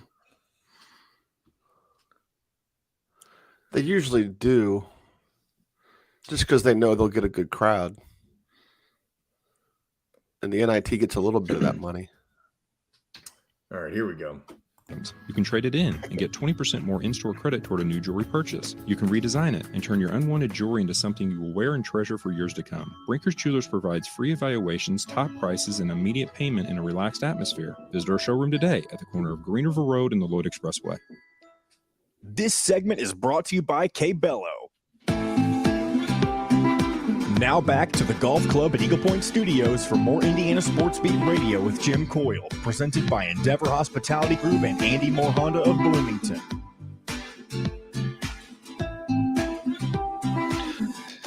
Hey, welcome back. It's Monday. It's Indiana Sports Beat Radio coming to you from the Golf Club at Eagle Point Studios. Jim Reamer from Courtside, Indiana joins us. Lots of high school action over the weekend. Of course, we're into sectional play. That has been completed as we head to the regional round, Jim, and an upset or two. Most things expected. Most teams moving forward. Some of the upsets were in the lower classes. I think there was one at Zionsville that was upset or did the upsetting. I'm trying to. There's so much going on. Yeah, no, the Zionsville deal was Noblesville beat them, and it wasn't a surprise that Noblesville won. Just that the point spread was the big deal. A lot of those, there's a lot of games that were like that where you're not surprised who won, who lost, but you were surprised at the point spread. And of all the games I saw last week, I was at Noblesville on Tuesday, Greenfield Wednesday, Noblesville Friday, Saturday. I only saw one game that wasn't a double-digit game, and that was the championship game Saturday night at Noblesville. The regionals, what do we have? 8 regional sites still? There's so much changing. There's 16. There's 16 regional sites still. Yep, 64 teams left. Each 16 teams in each. No, hold on. Yeah, 16 teams in each class, and they'll get that down to. No, there's 16 teams in each class, and they'll get that down to 4 teams in each class the week after next, and then get it down to the finals the week after. Now, these regional rounds, because they're talking all this change, these are still 2 games, right? They are. They're talking about flip-flopping, making the regional round, one game. And that's the way it was at the beginning. And in fact, the first couple of years, it was a midweek game, and that was a disaster with the exception of Pike versus Anderson. I mean, I think they were well attended, but I don't think anybody liked them. But then they switched to a 2-game regional on Saturday, moving it to the traditional Saturday and a 1-game semi-state. They'll flip it, and what that'll do is they'll give you more regional champions, so that will give you some more plaques on trophies, and then they'll make more money because they'll take more teams to the semi-state, and that will give them another dose of ticket money. This week, let's see, regional wise, who is the surprise that's there? That's a surprise, right? First of all, oh man, I don't know. I think let's say the 4A and the 4A. Let's go with 4A. 4A probably. Well, Franklin. Well, the deal with the Franklin deal coming out of who hosted that this year, Center Grove. It's usually Center Grove, Franklin, Whiteland. The favorite rarely wins that sectional. I think obviously there were a couple of years where Trace, when he was at Center Grove, they held on and won, but typically the team that's expected to win that one doesn't. It's because a lot of them are so evenly matched. They all play each other. They're all really rivals. I mean, you don't necessarily play you don't really have your rival isn't always your sectional opponent, but Whiteland was the best team in that sectional record-wise, 14-9. Center Grove probably the most tested with their schedule, with obviously coming out of the MIC and their non-conference schedules, a lot of the same teams the rest of those guys play. But Franklin prevailed, and Adrian Moss is a first-year head coach there. He's from Franklin. He's got a really nice young point guard in Micah Davis, who's a sophomore, who in any given game in that sectional was probably the best player on the floor. So kind of goes to one of that theory at the high school level, especially when you've got the best player on the floor, you've got a good chance of winning the game. And they did. And they're 11-14. They're one of a handful of teams that's sub 500 going forward. But that's been a function of class basketball since the beginning, is you do get some teams going forward with mediocre records. And I think Coach Moss, I actually been texting with him this morning. He's pretty excited. I think if you'd asked him beginning of the year, he told you he was about probably 1 year away from being able to pull this off. So, it's congratulations to him. And like I said, he's got a good young guard in Micah Davis, who's already got a Division I offer. So I look at the Michigan City Regional. It's kind of funny. Mm-hmm. Of the 4 teams, 3 of them have a combined record of 71-6. Mm-hmm. The other team, South Bend Adams, 14-12. Yeah. And just not a very strong sectional. Sectional 3 this year. I mean, Michigan City was a pretty soft 16-9. And while they've got a nice junior point guard, he's small. But the rest of that group is, South Bend Adams was 14-12. Well, they finished 14-12. Mishawaka was 13-10, but they had more bad losses than they had good wins, and just not a lot of power in that section. It was pretty wide open, a lot like the sectional that Franklin won at Greenwood this year. Evansville North was probably a pretty big surprise. In a large part just because of how they handled Castle. They beat Castle 70-42. Wow. Which I think a lot of us thought Castle would win it. I think Evansville Harrison probably had the most talent in that sectional, but just hadn't put it together this year. And Evansville North came through. Crandell is a senior who can really score and really shoot the ball. And they came through. They beat Harrison in the championship game by 14 points. Well, the Evansville North team will now take on Bloomington North and JQ Roberts, an IU offer there who was able to get out of the Martinsville sectional. A lot of these teams, I know that I saw Bloomington North play the first game against Columbus East. That wasn't easy for them. I know Floyd Central, their first game against Jennings County, they had to come from way behind to win in overtime, but then they win handily. They beat New Albany 55-30 something, and they beat the crap out of Jeffersonville 70-30 something. Yeah, it was bad, yeah. And Bloomington North had 2 overtime games. So they had a 2 overtime game against Columbus North Friday night, and then against Bloomington South, their rival. They prevailed in overtime. So They definitely Well, had this to win could some be pressure games. it could be an interesting regional there with a couple of teams that we expected to be there in Bloomington North and Floyd Central, but had very difficult times in getting there. Then you've got two teams that we didn't expect to be there: Evansville North and Franklin, who are greatly playing in opposite brackets. Yeah, I would be surprised if Floyd Central didn't win the morning game against Franklin, just because they're super long at every position pretty much. I mean, they start a normal sized point guard, but then it gets to 6'4", 6'5" pretty quickly. And then they've got Chelachowski, who kind of anchors everything behind them at 6'10", 6'11". And his development has been a big deal for Floyd Central. And he started showing that back in June.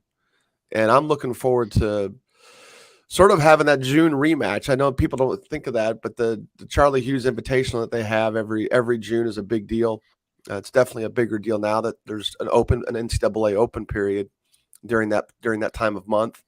I'm kind of looking forward to Floyd Central playing Cathedral in the semi-state. I'm not 100% sure I'm predicting it just yet, but that's the game I'm kind of looking forward to. It'd be a rematch. It would be. You were at that game too. Yeah. Oh, that's right. They did play during the regular season. That was a last-minute scheduled game because they both had cancellations. Then Floyd Central played Evansville or Bloomington North during the regular season, and Bloomington North was able to go down and beat Floyd Central there, which is a shocker because Floyd Central's only lost 4 games on the year. Mm-hmm. So it ought to be fun. That's what the IHSA is about, and this could be to remind me of the NCAA tournament, the Big Ten. The parity is so much better in the Big Ten this year. It's nuts. I don't know how it is throughout college basketball, but it looks like it's more spread out. There are still great teams, but there are just a lot more teams that can beat you. It just seems the parity is more so than it has been in past, and that could be the case this year in Indiana's high school basketball. There's just not that team that you think, well, they're going to win. I mean, if they don't win it, I'm going to be shocked. Right. Well, we've touched on that a couple times here, and we talk about it a lot on our podcast weekly. Is that the senior class is not a tremendously deep class, and the junior class doesn't really have that one kid that can carry a team just yet, and that's at least not at the bigger levels. That's kind of what you're seeing. You're seeing a lot of teams that have good junior classes, or you're seeing a lot of teams that have, a couple of seniors that are also sprinkled in there. But like Ben Davis are all juniors. Cathedral, a lot of juniors. They have a lot of juniors. Floyd Central is a senior-dominated team, but their best player is a junior. And they'll transition quickly next year. They'll be much smaller next year. They've got some young kids coming up who will end up jumping straight from JV to being varsity starters as maybe even sophomores, and maybe even as sophomores with a couple of them from what I'm hearing. And, and Chesterton sitting there undefeated up in Michigan City is probably the most balanced. They've got the senior Travis Grayson, who's probably going to garner some Mr. Basketball votes with the way he's playing. And they've got a deep junior class that's not a lot of names, but then they've also got 2 really talented sophomores that produce a lot of counting stats for them.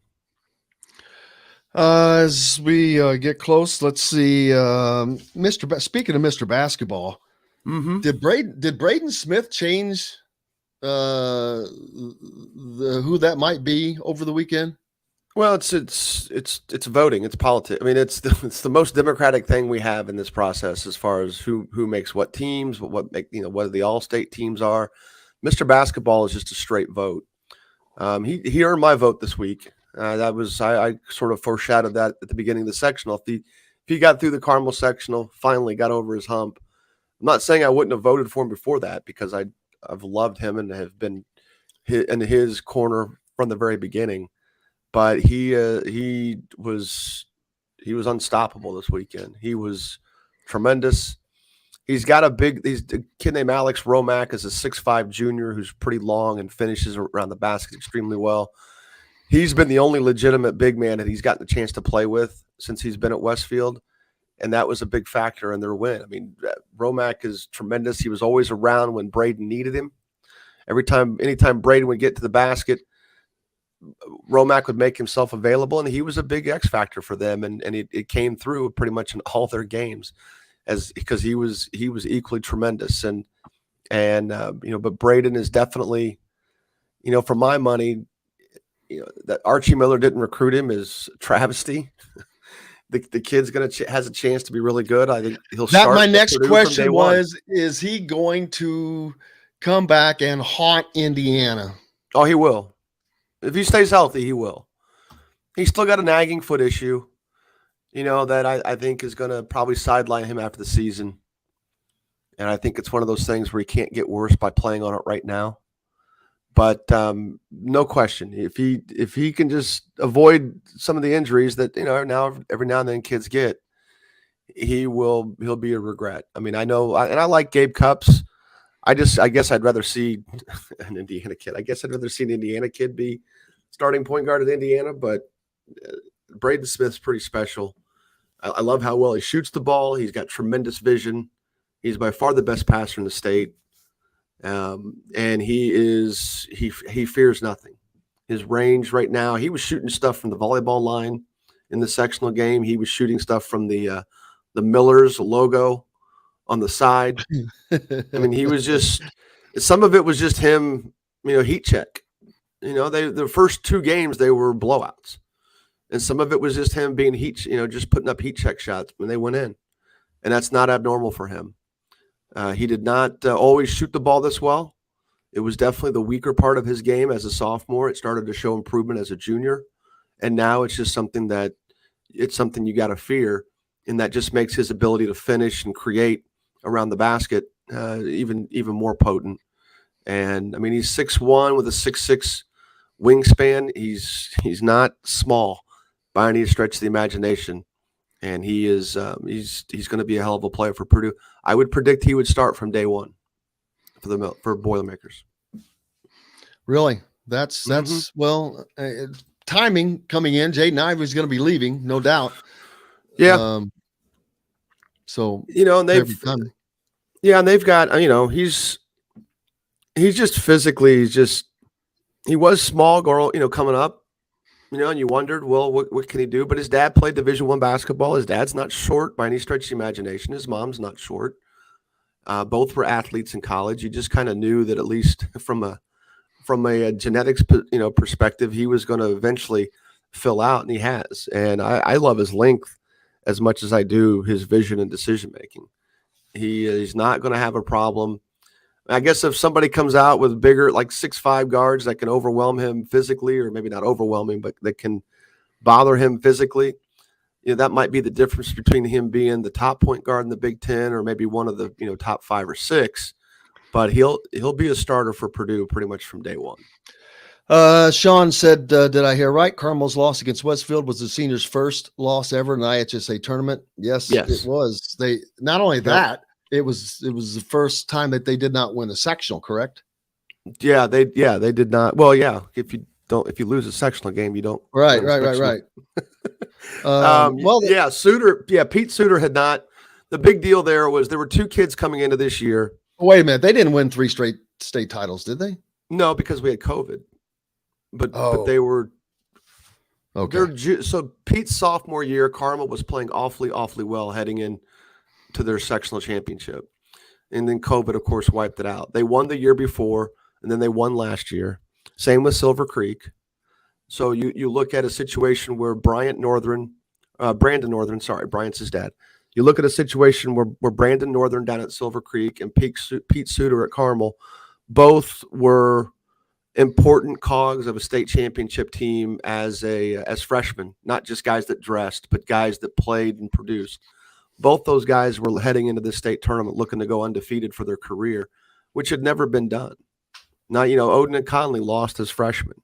Now, granted, you could make a case that, Silver Creek probably would have won 3 in a row if it hadn't been for COVID. You definitely would have been able to make that case for Brandon Northern. But the Suter situation, Carmel was probably poised to be a threat. To win basically 3-peat is what they would have effectively done if they would have won it that year. And they but COVID wiped it out. But those 2 kids had a chance to go undefeated and do something that nobody had ever done before. as contributors. So not even Odin and Conley, who three-peated, not even the Purple Rain group, because those guys lost as freshmen too. We've got to take a quick break. When we come back, Ross wants to know, does Kokomo have a chance against Fort Wayne Snyder? Oh, yeah, they absolutely do. Talk about CJ Gunn. They lost. And speaking of cups, we'll talk about him as well.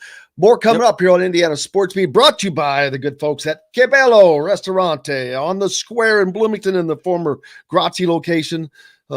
Great, incredible Italian food. It is amazing. Make your reservations. It's going to be tough to get in there soon. Hey, we're back with more Indiana Sports Beat Radio right after this. We'll be right back to the Golf Club at Eagle Point Studios for more Indiana Sports Beat Radio with Jim Coyle, presented by Endeavor Hospitality Group and Andy Moore Honda of Bloomington. Whether you're visiting Bloomington,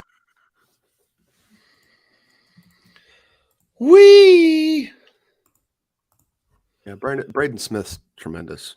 Man, Indiana's gonna. I've known that. That was a screw up, and that's obviously not Woodson's fault. Westfield. Well, but I do blame a little bit on it because they still had the opportunity to offer him when they took over, and unless his mind was already made up for Purdue, well, he committed about a week after. There you go. A week after the offer. Yeah, I mean, pretty quickly. If it wasn't a week after, it was. But when was that? Because I'll find out real quick. I think that they had enough time because I remember his grandfather really wanted him to go to IU. I think he really wanted to go to IU. They definitely are a IU. It was an IU lean if you would have said, "Hey, kid, who's your favorite team?" I mean, to me, he's a kid you freaking offer no matter what. I was wrong. It wasn't a week. It was 3 days. He was offered on June 26th. He committed on June 29th. June 20th. Okay. Yeah, but Indiana could have made the offer. They didn't make the freaking offer. Well, but you got to consider what Woodson's. I know. It was bad timing. It was bad timing. Very bad timing. I mean, he had to that first month was just making sure he kept his roster, right? Yep. Bad timing, but golly, that was going to come back. Armand Franklin and Jerome Hunter, I think. Yeah, the only thing that could have happened there would have been if Fife had been involved with him at Michigan State and then gone into Woody and said, "Hey, man, we got to get this kid." And again, I'm not trying to blame Dane at all. It's just too quick of a turnaround. And it's not like Purdue walked in on June 26th and said, "Hey, we like this kid. We want to offer him." They had been looking at him. They had been to a couple games. They'd been building a relationship. And I think they just wanted to see him against bigger, more athletic competition. I mean, we can, as much as I love two kids at Carmel, Wack and Suter, the way they defend, but neither one of them are, I don't know how I want to say this.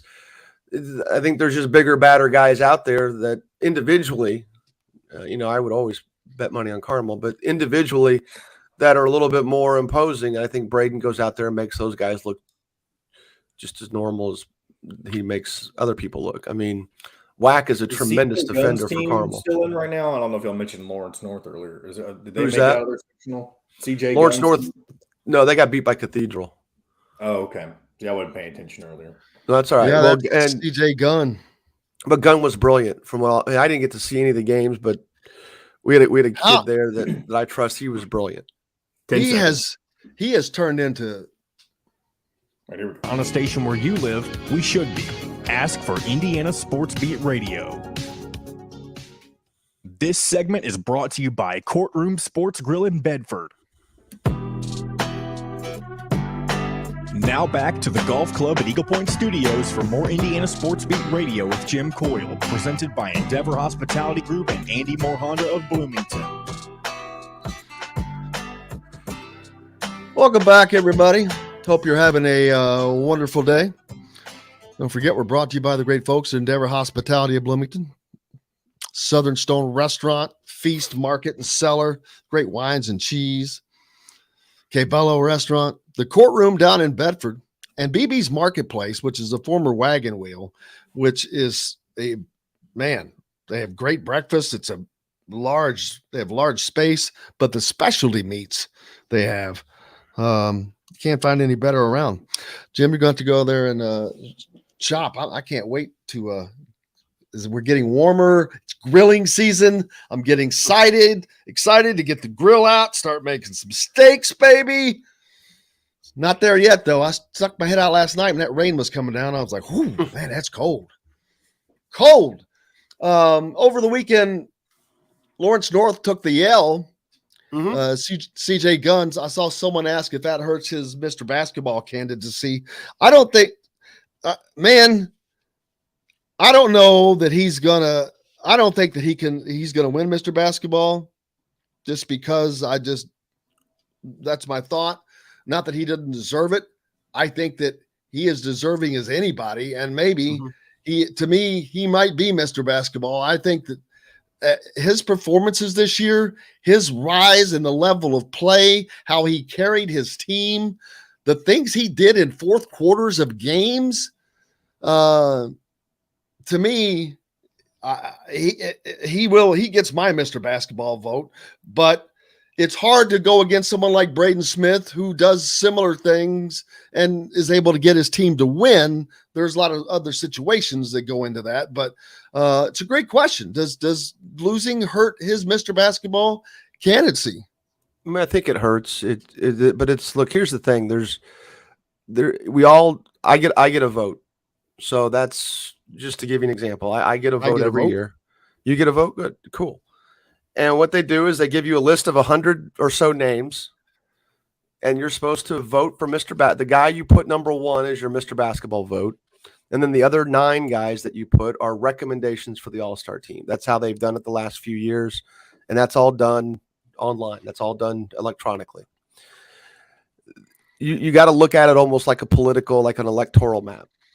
You've got to look at it as in how many votes vote. If you're like, there's going to be like an IU sector, there's going to be a Purdue sector, there's going to be a Northern Indiana sector, a Central Indiana sector, a Southern Indiana sector. And you're going to see all these people make decisions. The Indianapolis sector, the metro area. You're going to have Travis Grayson polling votes from the region guys because the season he's had, even though he doesn't have a Division I offer on the docket. A lot of that stuff doesn't matter to these guys. Sometimes it does. So let's say that you start splitting up some of those Purdue votes.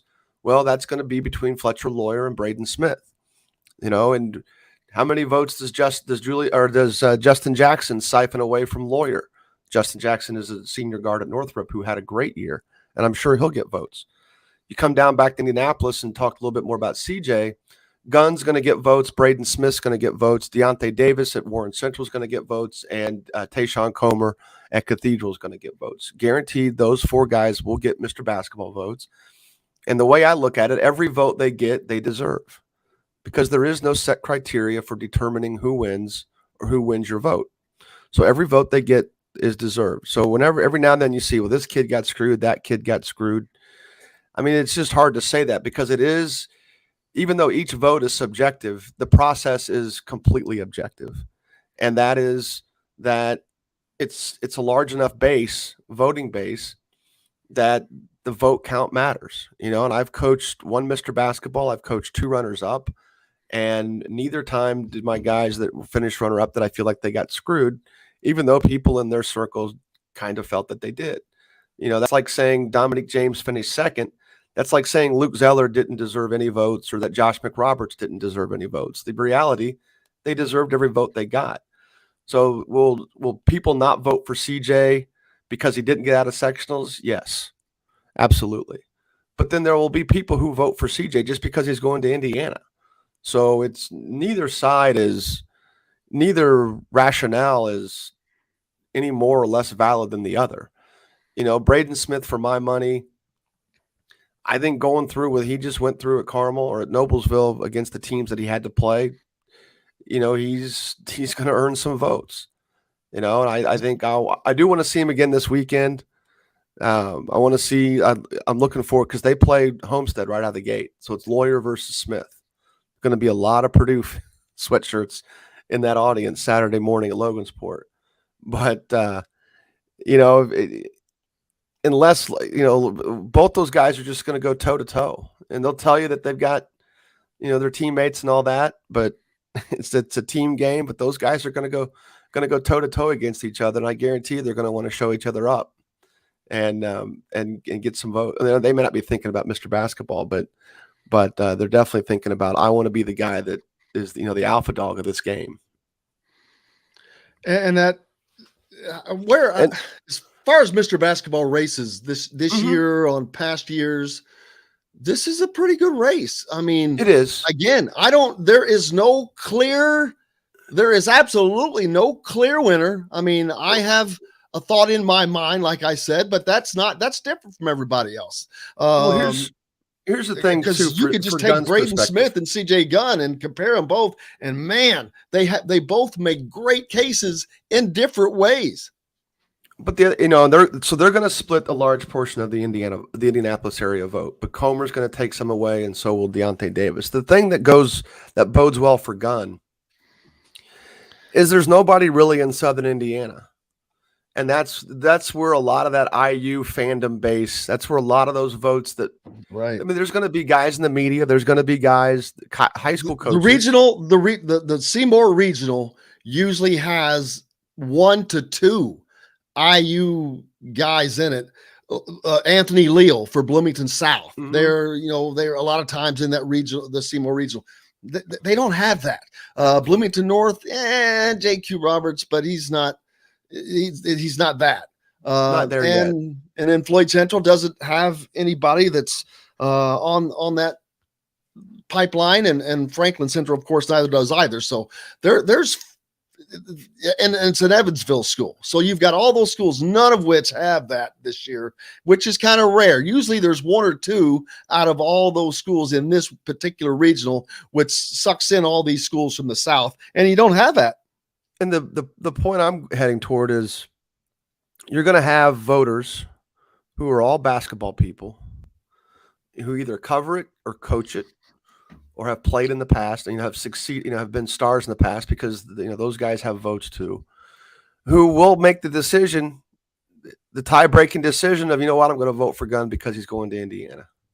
That's just how that is. So if Gunn can get those votes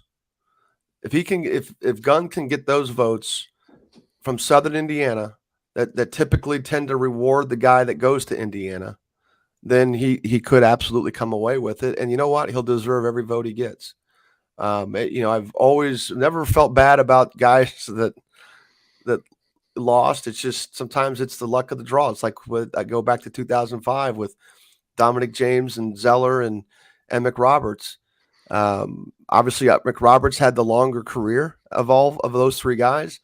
I thought it was kind of neck and neck between the story that Dominic James had and the story that Zeller had, and then Zeller hit the game championship shot, the state championship shot at the buzzer, and I looked over at Neek and I said, "Well, kid, there goes any shot of you have a win in that thing." So, when we talk about will Braden Smith come back to haunt Indiana? It's not like they're bringing in great players. Jalen Hood-Schifino, and then of course here Gabe Cupps that is mentioned here, having a 7-to-1 assist to turnover ratio. That's pretty damn good.